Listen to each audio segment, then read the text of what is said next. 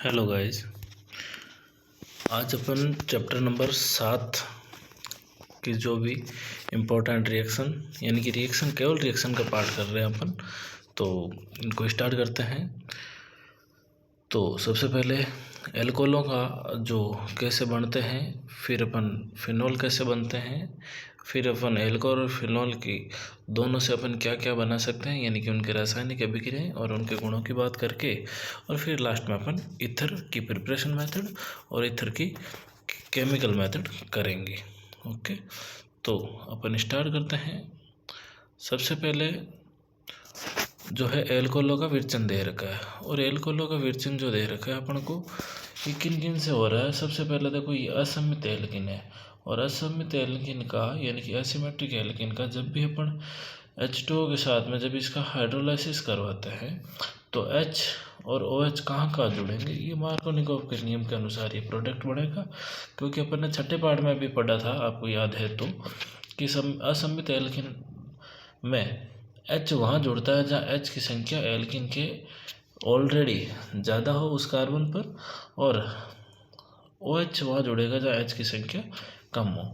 तो बीच में OH लग जाएगा और यहाँ पे फर्स्ट वाले कार्बन पर H लग जाएगी, तो ये जो है 2 डिग्री की एल्कोहल बढ़ेगी। डन। चलो, अगर यही इसी रिएक्शन में यहाँ R2O2 यानी कि ROOR या फिर अपन कहते हैं कि प्रोक्साइड दे दे, क्या दे दे, प्रोक्साइड, तो प्रोक्साइड की प्रेजेंस में एंटी मार्कोनिकोव प्रोडक्ट बनता है यानी कि OH जो है पहले वाले कार्बन पर लगती। डन।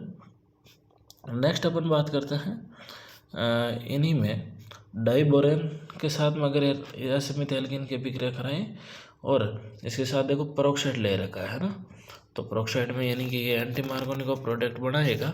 तो इसी हिसाब से देखो OH कहाँ लग गया, पहले वाले पे, यहाँ कहाँ लगा, बीच में, यानी कि ये जो OH है 2 डिग्री का बना, ये जो 1 डिग्री का बना। इसका कारण सीधा सीधा ये बनता है कि H2O2 बड़ा। इसकी मैकेनिज्म भी है, लेकिन अपन को एज ए नेम रिएक्शन अपन शॉर्ट रूप में देखते हैं। ठीक है, मैकेनिज्म मैंने आप एक्सप्लेनेशन अच्छे से लिखवाया भी है, करवाया भी है क्लास में। तो जिन्होंने यानी कि एक बार मेरे से पढ़ रखा है या फिर नोट्स बना रखे हैं, तो उनके लिए ये वीडियो और भी ईजी रहता है। बाकी नेम रिएक्शन तो अपन शॉर्ट रूप में कर ही रहे हैं। डन। तो इसके साथ में BOH3 जो है वो सह उत्पाद के रूप में बाहर निकलेगा, लेकिन इस रिएक्शन को हाइड्रोबोरोन ऑक्सीडेशन कहते हैं। हाइड्रोबोरेशन ऑक्सीडेशन, तो कई बार नाम से पूछ लेगा, हाइड्रोबोरेशन ऑक्सीडेशन रिएक्शन लिखो। ठीक है, चलो, तो ये पहली जो अभिक्रिया थी एल्कोहल बनाने की, वो एल्किनो से थी। सेकेंड मेथड देखो, ये है RCHO। RCHO होता है एल्कोहल, सॉरी एल्डिहाइड, और RCOR ये होता है कीटोन। जब एल्कोहलों का आप हाइड्रोजनीकरण PD की प्रेजेंस में कराओगे, और PD मतलब पैलेडियम, इस पैलेडियम की जगह आप निकिल भी ले सकते हो, आप प्लेटिनम भी ले सकते हो, यानी कि निकल PDPT के साथ में आप रिएक्शन कराओगे तो यहाँ O के साथ भी एक H लगेगी और कार्बन के साथ में भी एक H लगेगी, तो ये 1 डिग्री एल्कोहल बनेगा। एल्डिहाइड से हमेशा 1 डिग्री एल्कोहल बनेगा, अपचयन से, ये याद रख लेना है। और कीटोन का जब आप अपचायक पदार्थ लो, सोडियम बोरोहाइड्रेट, तो यहाँ पर 2 डिग्री का एल्कोहल बनेगा, क्योंकि एक O के साथ में H लगेगी जो बीच में है, ठीक है, और एक कार्बन के साथ में लगेगी, इसलिए ये 2 डिग्री का जो एल्कोहल, 1 डिग्री का, 2 डिग्री का, 3 डिग्री का एल्कोहल आपको बता रखा है। 1 डिग्री एल्कोहल वह एल्कोहल है जिसमें सीधी डायरेक्ट उस कार्बन पे लगती है जिस पर एक कार्बन और जुड़ा हो। 2 डिग्री में वो खुद 2 डिग्री कार्बन से लगी हुई होती है, और 3 डिग्री एल्कोहल जो है वो 3 डिग्री कार्बन से लगी हुई होती है। 3 डिग्री कार्बन में कार्बन होता है जिनसे 3 कार्बन अटैच रहे पास पास में, जस्ट, है ना। डन। अब अपन नेक्स्ट बात करते हैं तीसरी रिएक्शन। तो तीसरी रिएक्शन में एसिड है, और एसिड की अभिक्रिया जो है वो अपचयन करवा रहे हैं। देखो, लिथियम एल्यूमिनियम हाइड्राइड से बन, तो इससे भी एल्कोहल रहा है।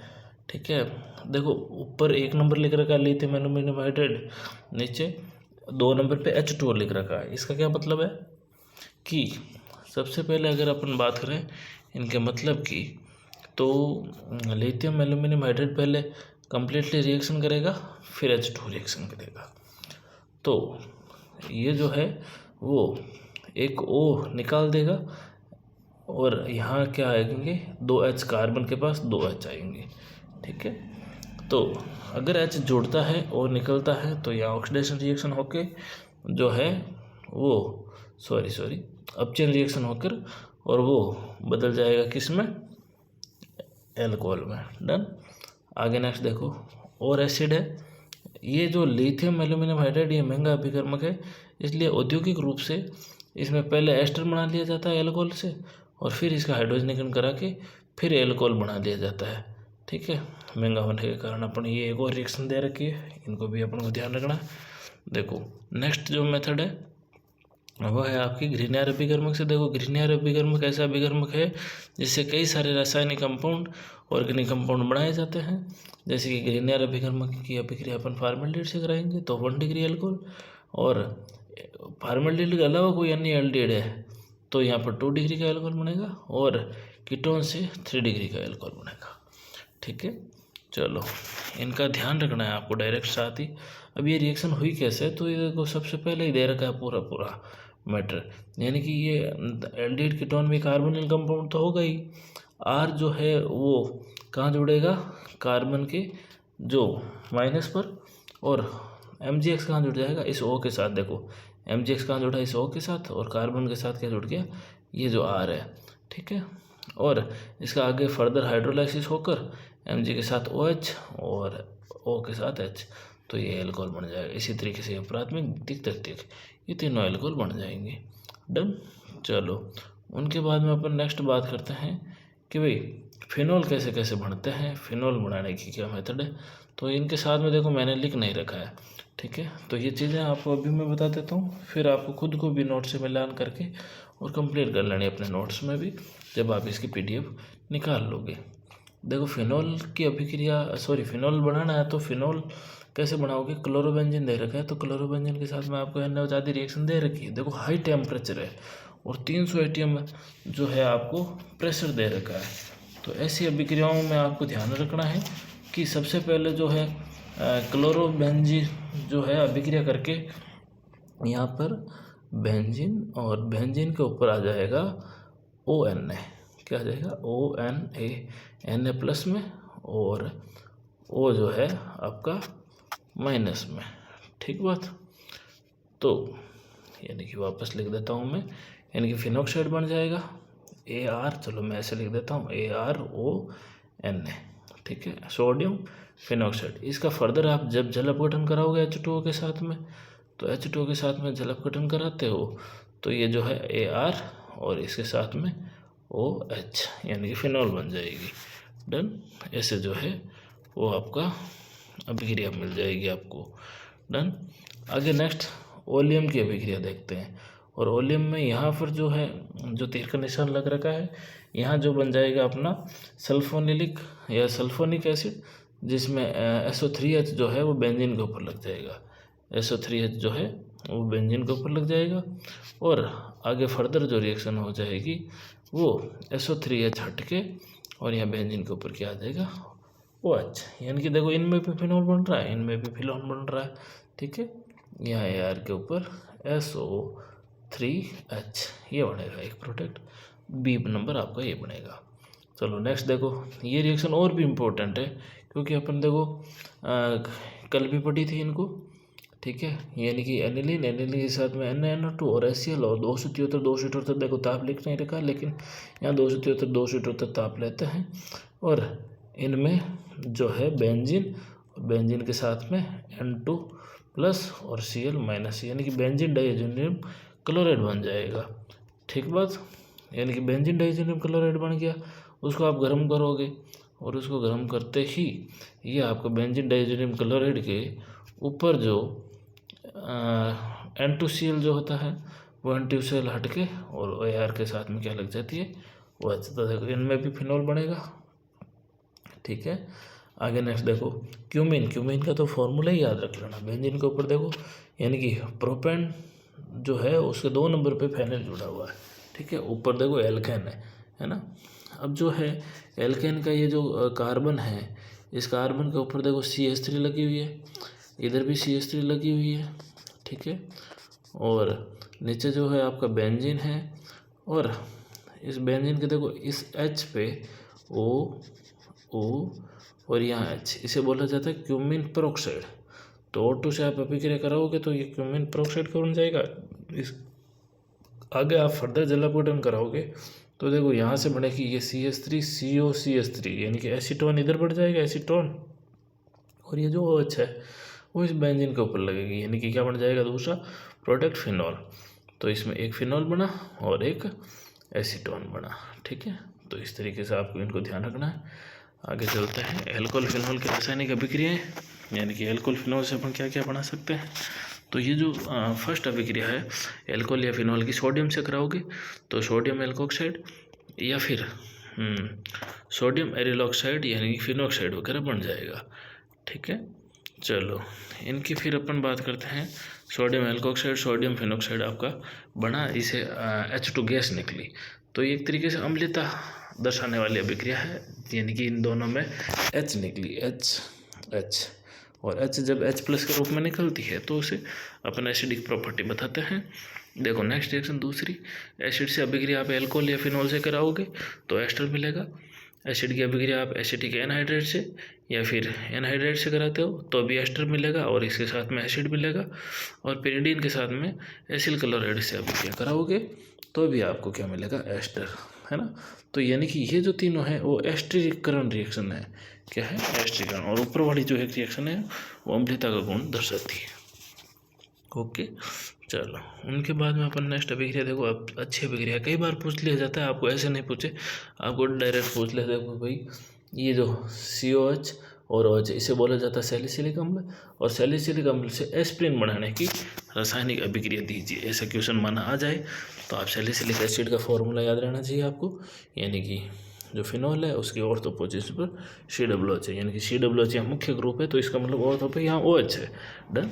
और इसके साथ में जो एसिटिक एनहाइड्राइड है ये एसिटिक एनहाइड्राइड और उसके साथ में H+ और इसकी अभिक्रिया करवाते हैं तो एसिटिक एनहाइड्राइड का जो ये OH का यहाँ H और इधर जो है वो CH3CO, यानी कि CH3CO और OH की जो H एसिटिक एसिड बना देगी, और एक दूसरा CH3CO जो है वो आपका यहाँ लग जाएगा ये, तो इसे बोला जाता है एसिटल सैलिसिलिक एसिड। ये एस्प्रिन जो एक तरीके से अपन कहते हैं कि वो यानी कि दर्द निवारक है या फिर सोतनासी है ना, एस्प्रिन जो है ये बन गया। अब अपन आगे बात करते हैं कि भाई एस्प्रिन का और भी कोई उपयोग है, तो इनका ध्यान रखना है अपन को। एस्प्रिन के क्या क्या उपयोग है तो इनमें मैं बता देता हूँ कि एस्प्रिन जो है पीड़ाहारी है, सोतनासी है, ज्वरनासी, ये सारे के सारे इनमें गुण होते हैं। ठीक है, चलो आगे बात करते हैं एल्कोहल की अभिक्रिया और किन से हो रही है। तो एल्कोहल की अभिक्रिया ये बड़ी इंपॉर्टेंट रिएक्शन है। देखो 2 तीर लगा रखे हैं, 2 तीर का मतलब ये हो गया कि भाई ये जो आपका रिएक्शन जो है कहाँ गई, एल्कोहल की अभिक्रिया H2SO4 और ये भी H2SO4, दोनों H2SO4 से। लेकिन देखो दोनों में अंतर कितना है, इसमें 443 है, इसमें 413 है। तो यानी कि कम टेम्परेचर पर आप एल्कोहल लेते हो तो यहाँ एल्कोहल के 2 मोल लेने पड़ेंगे, जिससे देखो C2H5 C2H5 और बीच में वो जब मिल जाता है तो इसे क्या बोलेंगे अपन, ईथर बन गया। और ऊपर देखो अगर अधिक टेम्परेचर लेंगे तो एक कार्बन पर OH, दूसरे कार्बन से H बाहर निकलेगी और यहाँ एल्कीन बना देगी। याद रखना, कई बार डायरेक्ट भाषा में पूछ लेता है कि भाई एल्कोहल की अभिक्रिया 443 केल्विन पर H2SO4 की उपस्थिति में जो बनने वाला उत्पाद है कौन सा है तो बताइए, तो एल्कीन होगा। 443 पूछ ले और 413 पूछ ले तो ईथर।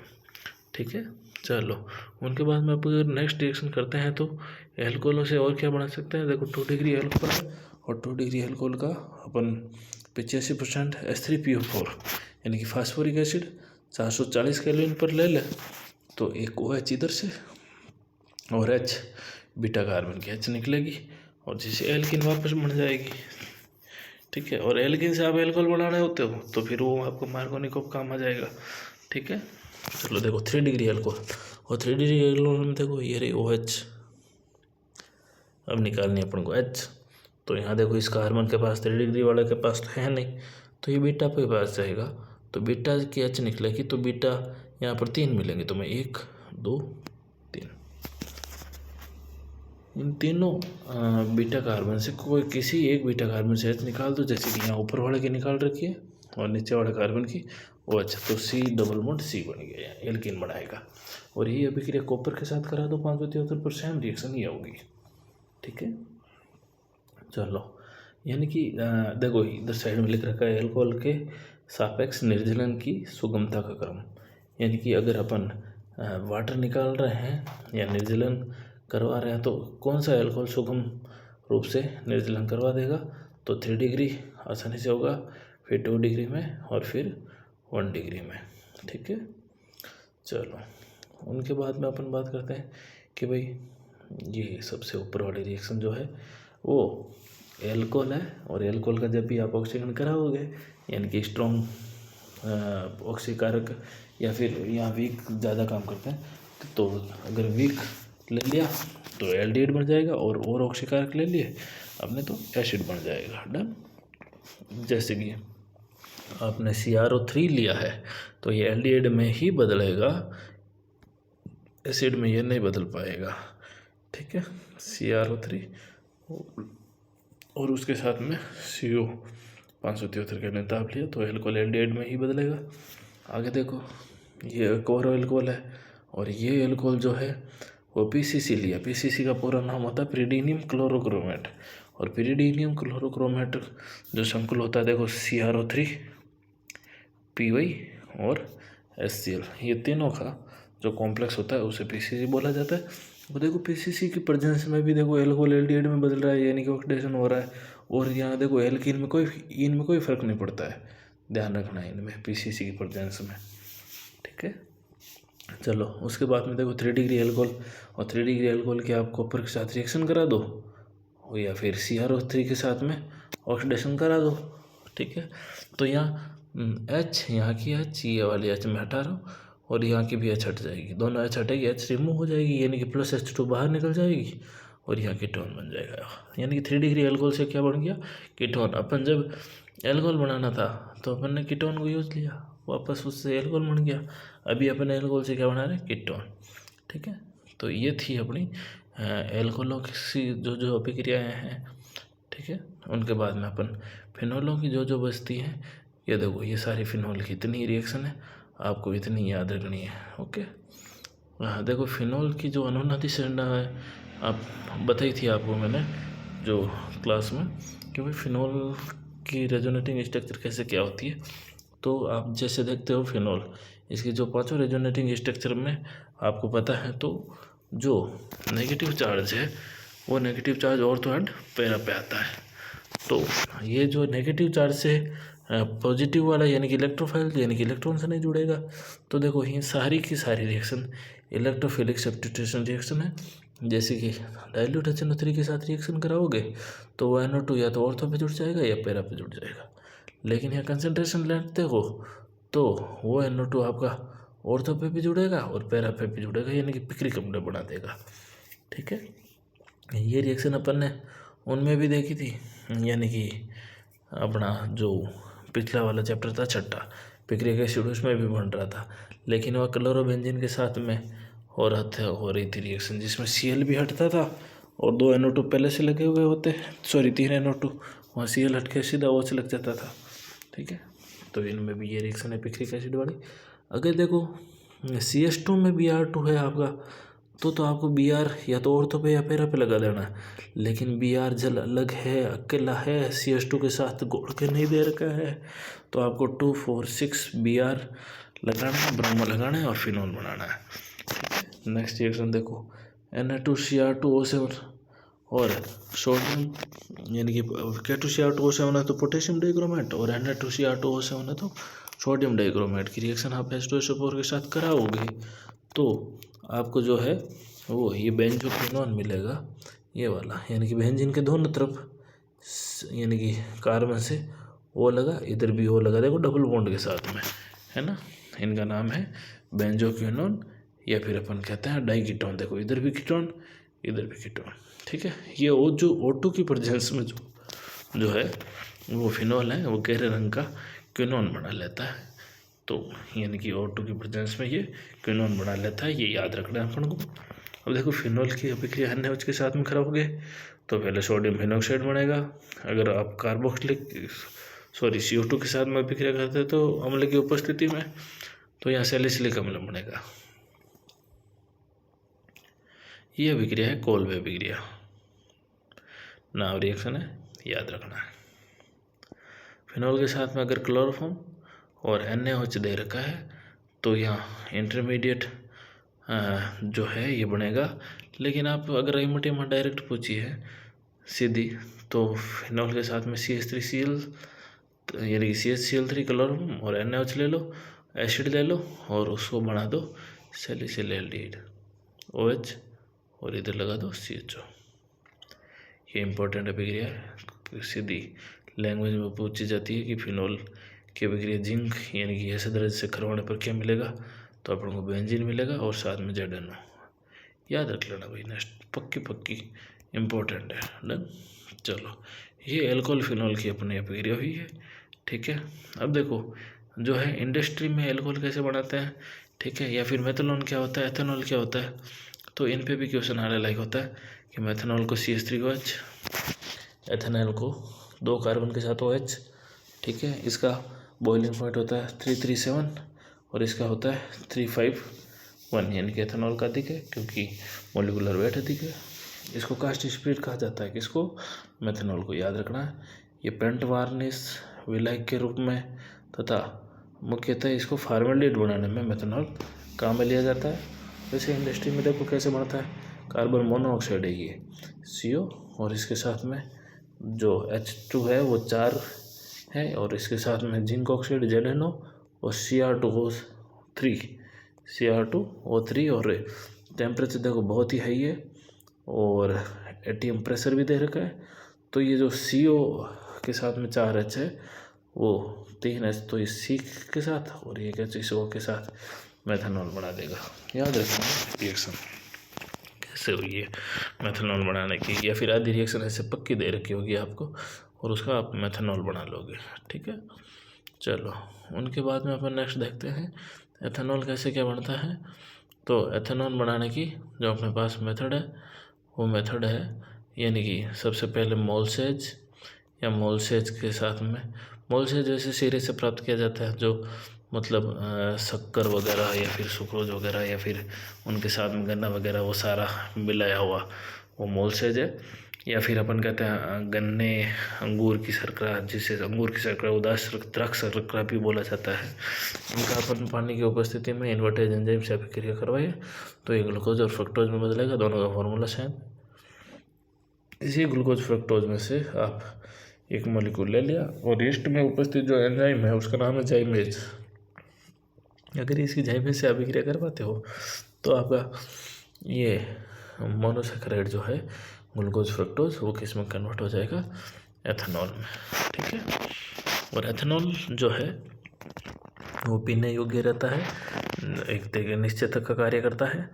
लेकिन आप एथेनॉल की जगह अगर मेथनॉल पी लेते हो तो इसे अपन कहते हैं पीने पर अंधता या मृत्यु का कारण बनता है। यानी कि मेथनॉल मिश्रित एथेनॉल को विगुणित एल्कोहल भी कहते हैं, जो शरीर में पहले एल्कोहल को एल्डिहाइड यानी कि मेथनॉल को मेथनॉल और फिर मेथनोइक एसिड में बदल देता है, जिसके कारण उसकी मृत्यु या अंधापन हो जाता है।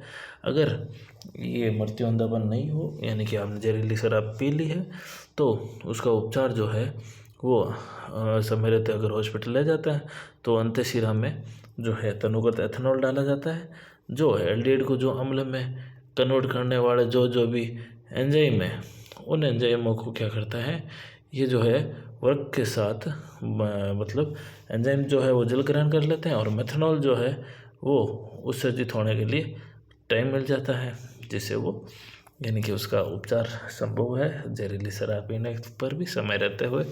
अब देखो आपको ये ज़रूर पूछा जा सकता है कि एल्कोहल का विकृतीकरण क्या होता है। तो एल्कोहल का विकृतीकरण में क्या होता है कि भाई कॉपर सल्फेट जो कलर प्रदान करता है, ठीक है, या पिरिडीन वगैरह, अगर इनको मिला दो तो पीने के अयोग्य बन जाता है एल्कोहल, उसे एल्कोहल का विकृतीकरण कहते हैं, ठीक है। अब सुनो, एक चीज़ ये भी दे रखी, देखो एल्कोहल की मात्रा 14% से अगर अधिक होगी जाइमेज की क्रिया रुक जाएगी, यानी कि जाइमेज क्रिया जो है एल्कोहल बनने नहीं लगेगा फिर, है ना, रुक जाएगी। और अगर आपका वो किण्वित मिश्रण है उसमें थोड़ी सी भी अगर वायु आ जाएगी तो एल्कोहल जो है वो एल्कोहल जो आपका एसिड में बदल जाएगा और एल्कोहल का स्वाद नष्ट हो जाता है। तो इनको भी साथ में ध्यान रखोगे। ये अपना एल्कोहल फिनॉल हुआ। लास्ट बात कर लेते हैं ईथर की। तो ईथर में जो है ध्यान रखोगे कि भाई ईथर क्या है, तो ईथर होता है ROR, ठीक है। इस R की जगह बेंजीन भी हो सकता है और इस R की भी जगह बेंजीन हो सकता है, ठीक है। बेंजीन का मतलब C6H5 फेनिल, है ना। चलो, उनके बाद में अगर अपन देखते हैं कि भाई कैसे बनता है अल्कोहल से ईथर, तो अभी जस्ट रिएक्शन अपन ने देखी थी पिछले वाले में। देखो, अगर टेम्परेचर कम ले लो तो ये ईथर बन जाएगा, ठीक है। अगर टेम्परेचर अधिक ले लो तो ये ईथर नहीं एल्कीन बनेगा। ईथर बनाने की मैकेनिज्म भी अपने को दे रखी है SN2, यानी कि द्विअणु नाभिक प्रतिस्थापन अभिक्रिया, जिसमें जो कि मैकेनिज्म है वो आपको देखनी है, ठीक है। चलो, उनके बाद में देखो अच्छी मेथड है ये वाली, ठीक है। RX के साथ में सोडियम एल्कोक्साइड यानी कि RONA, और RONA जब मिला दोगे आप तो ये एल्किल हैलाइड जो है वो आपका ईथर में परिवर्तित हो जाएगा और NX बाहर निकल जाएगा, है ना, RONA, और जिससे ROR बन जाएगा, यानी कि इसे बोलते हैं विलियमसन ईथर संश्लेषण विधि। आदि दे रखी होगी, पूरी कैसी करनी है देखना आपको। देखो, ये भी अच्छी मेथड है। एल्किल हैलाइड यानी कि एल्किल ब्रोमाइड के साथ में ये 3-4 कार्बन है, फिर ON नहीं है ना, RON नहीं है एक तरीके से। तो ये जो Na+ और Br तो बाहर निकल जाएगा, और ये जो ऑक्सीजन है O, ये इस CH3 के साथ जुड़ जाएगी, जिससे आपको ये प्रोडक्ट मिल जाएगा। डन। देखो बॉन्ड कैसे तोड़ना है, इधर का Na, इधर का Br, बस इतना ही है, बाकी जोड़ लो आप। जैसे कि नेक्स्ट रिएक्शन में क्या है कि ये देखो, ऊपर तो एक तरीके से ब्रोमाइड था वो जो डायरेक्ट दे रखा था, है ना। अभी इसमें देखो ब्रोमाइड है जो 3 डिग्री वाला दे रखा है, ठीक है, 3 डिग्री कार्बन से जुड़ा हुआ है। तो फिर 3 डिग्री कार्बन से जुड़ा हुआ तो इसमें कैसे क्या रिएक्शन होगी, तो इसमें Br तो Na के साथ निकल जाएगा, कोई दिक्कत नहीं। लेकिन ये CH3 जो O- है वो इस कार्बन से नहीं जुड़ेगा, ठीक है, इनके साथ कोई H वगैरह नहीं है। तो ये एक तरीके से जो H है वो कहाँ से लेगा, फिर ये अल्फा कार्बन से नहीं बीटा कार्बन से OH ले लेगा, तो मेथनॉल बना देगा और साथ में एल्कीन बन जाएगी। ये थोड़ी अलग से रिएक्शन है, याद रखना इनको। बुक के बीच में भी दे रखी होती है ऐसी रिएक्शन, ठीक है, गोले में, तो उनको भी करना है।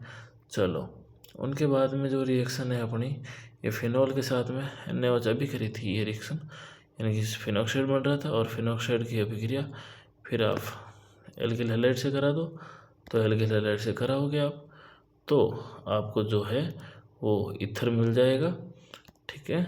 चलो, और ईथर में एल्किल फेनिल ईथर मिलेगा। अब ईथर की रासायनिक अभिक्रिया यानी कि ईथर से क्या क्या बना सकते हैं, देखो ROR के साथ में HX, तो यहाँ H जो है, देखो यहाँ कोई भी बॉन्ड तोड़ दो, मैं इधर वाला तोड़ता हूँ, तो ये R जो प्लस में है और O जो है वो माइनस में, तो माइनस वाले के साथ में तो ROH लग जाएगी और प्लस वाले के साथ में X निकल जाएगी, लग जाएगी। तो ये ईथर की पहली अभिक्रिया होगी, एल्किल हैलाइड बना रहे हैं अपन ईथर से। दूसरे में देखो ईथर से क्या बन रहा है, फिनॉल कैसे बन रहा है, यानी कि R के साथ में हैलाइड और ARO के साथ में H। तीसरे में देखो ये कैसे टूटेगा, यानी कि ये वाला जो छोटा बंद है ये वाला CH3 के साथ वाला बंद टूटेगा या फिर 3 डिग्री साइड वाला टूटेगा। तो अपन को ये देखना है कि अगर माना अपन ने ये 1 डिग्री के साइड में या फिर कार्बन की तरफ से, अकेले कार्बन की तरफ से अगर बॉन्ड तोड़े तो यहाँ जो कार्बोकेटायन आएगा वो लेस स्टेबल आएगा। अगर 3 डिग्री से तोड़े तो यहाँ जो कार्बोकेटाइन है मोर स्टेबल का आएगा, तो इसका मतलब मोर स्टेबल का आएगा तो अच्छी बात है। तो बंद जो है 3 डिग्री के साइड में टूटेगा, तो 3 डिग्री का जो है प्लस रहेगा, इससे आई लग जाएगा और 1 डिग्री के साथ में एल्कोहल बन जाएगी। तो ये अभिक्रिया है। देखो अभिक्रिया ये भी इम्पोर्टेंट है, सब में ऐसी अभिक्रिया आ रही है, ठीक है।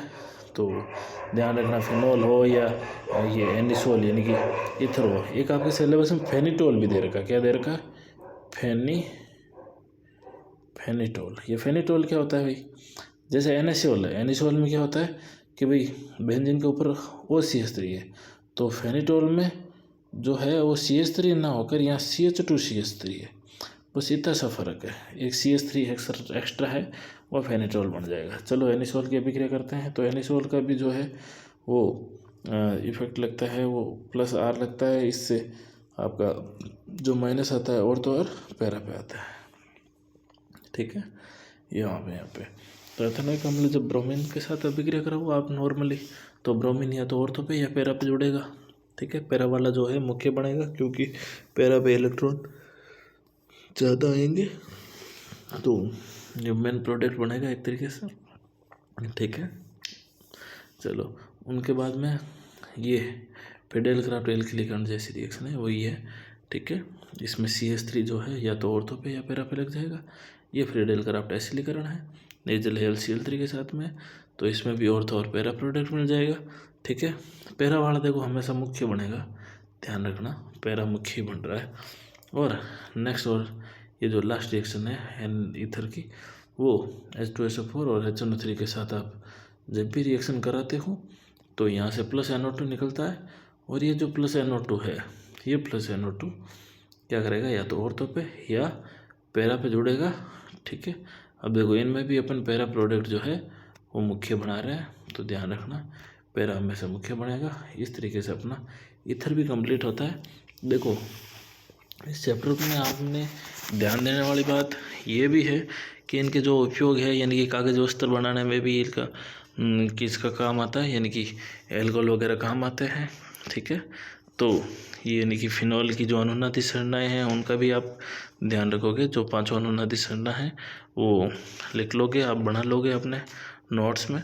जो ऑर्थो और पैरा पे क्या आता है, माइनस आता है, 5 अनुनादी संरचना बनती है, अनुनादी संरचना के तहत ऊर्जा निकलती है और मॉलिक्यूल जो है वो स्थायी होता है, ठीक है। और इनके अलावा अपन जैसे कि ईथर है, तो ईथर के जो भी उपयोग है उनको भी आपको ध्यान रखना। ज़्यादातर तो है नहीं, एक डाईएथिल ईथर का उपयोग जो है अंतःश्वसन निश्चित के रूप में होता है, परंतु इनमें भी क्या होता है, धीमे असर होता है, ठीक है, और स्वास्थ्य लाभ अप्रिय रहता है, ठीक है। तो इनके कारण अब इनका प्रतिस्थाप इनकी जगह कोई दूसरे कंपाउंड काम में लिए जाते हैं, ठीक है, निश्चित के रूप में ये डाईएथिल ईथर काम में लिया जाता है। डाईएथिल ईथर का वो फॉर्मूला ध्यान रखना पड़ा, यानी कि O के दोनों तरफ C2H5, ये होता है डाईएथिल ईथर, ठीक है। चलो इनके बाद में तो अपना ये भी चैप्टर की नेम रिएक्शन और इनका उपयोग ज़्यादा इसमें है नहीं एल्कोहल फिनॉल ईथर वाले में, लेकिन इनमें वो शुरुआत में वो ध्यान रखना तुम कि भाई जैसे एल्किल हैलाइड में रख रहे थे benzylic halide, allylic halide, vinylic halide, aryl halide, तो वाइनिलिक एरिल उसमें सीधा जो है वो sp2 कार्बन से जुड़ता है। इसी प्रकार इस चैप्टर में आप याद रखोगे vinylic alcohol, benzylic alcohol, allylic alcohol, ठीक है। तो एलिलिक और बेंजिलिक तो डायरेक्ट आप sp3 कार्बन से लगाओगे, ठीक है, और वाइनिलिक और एरिल जो है एल्कोहल, एरिल एल्कोहल मतलब फिनॉल, तो ये जो है वो डायरेक्ट sp2 कार्बन से जुड़े रहते हैं। चलो आज के लिए ये सेशन अपना कंप्लीट होता है। अगले नेक्स्ट वीडियो में अपन चैप्टर नंबर 8 की, जो अपना सबसे ज़्यादा नंबरों का चैप्टर है, 7 नंबर का चैप्टर है अपना वार्षिक में, ठीक है। अर्धवार्षिक में भी इनमें अच्छे खासे आपके क्वेश्चन मिलेंगे, तो मैं यूँ सोच रहा हूँ अर्धवार्षिक से पहले आपको रिएक्शंस का पार्ट जो है वो मैं पूरा करा दूँ, और हो सकता है अपन नेक्स्ट वीडियो में जो है जो मॉडल पेपर माध्यमिक शिक्षा बोर्ड ने जारी कराया है उनको भी अपन सोल्व करेंगे, तो उनको भी एक वीडियो में अपन रखेंगे, और भी जो भी जानकारी है वो मिल जाएगी आपको। लेकिन एक बार आप इनमें आप कमेंट करके ये ज़रूर बता देना कि ये वीडियो जो है वो इनको आपको अच्छा लग रहा है या फिर इनमें और कोई सुधार की आवश्यकता है, ठीक है। और आपको वैसे मैं ये PDF जो है वो प्रोवाइड आपने एक टेलीग्राम ग्रुप भी बनाया है तो उनमें बता दूंगा। नहीं तो अभी तो जो मेरे मिलने वाले स्टूडेंट हैं, मिलने वाला मतलब जो इसको मैं पढ़ा रहा हूँ, मैंने उन्हीं को लिए ये मैंने बनाया है, तो उनको वैसे मैं क्लास में भी बता देता हूँ अभी। और अदर जो भी स्टूडेंट है जिससे अभी अर्धवार्षिक में नहीं मिलना होता है तो उनको भी एक बार वीडियो देखना। और जो भी जानकारी आपको पूछनी है तो लगभग उनके पास ग्रुप में नंबर होते हैं, तो आप अपना नाम लिख के और टेक्स्ट मैसेज कर दें, ठीक है, या व्हाट्सएप मैसेज कर दें, तो उनका मैं अभी हाफ ईयरली तक जवाब दे दूंगा। उनके बाद में तो अगर अपने को इसी चैनल पर ही अगर वीडियो देनी है तो उनके लिए फिर टेलीग्राम वगैरह थोड़ा करेंगे, ठीक है। बस मेरा मेन पर्पज़ यही है कि जो आपका रिएक्शंस का पार्ट है वो थोड़ा क्या पूरा इजी हो जाए, है ना। तो ओके, थैंक यू।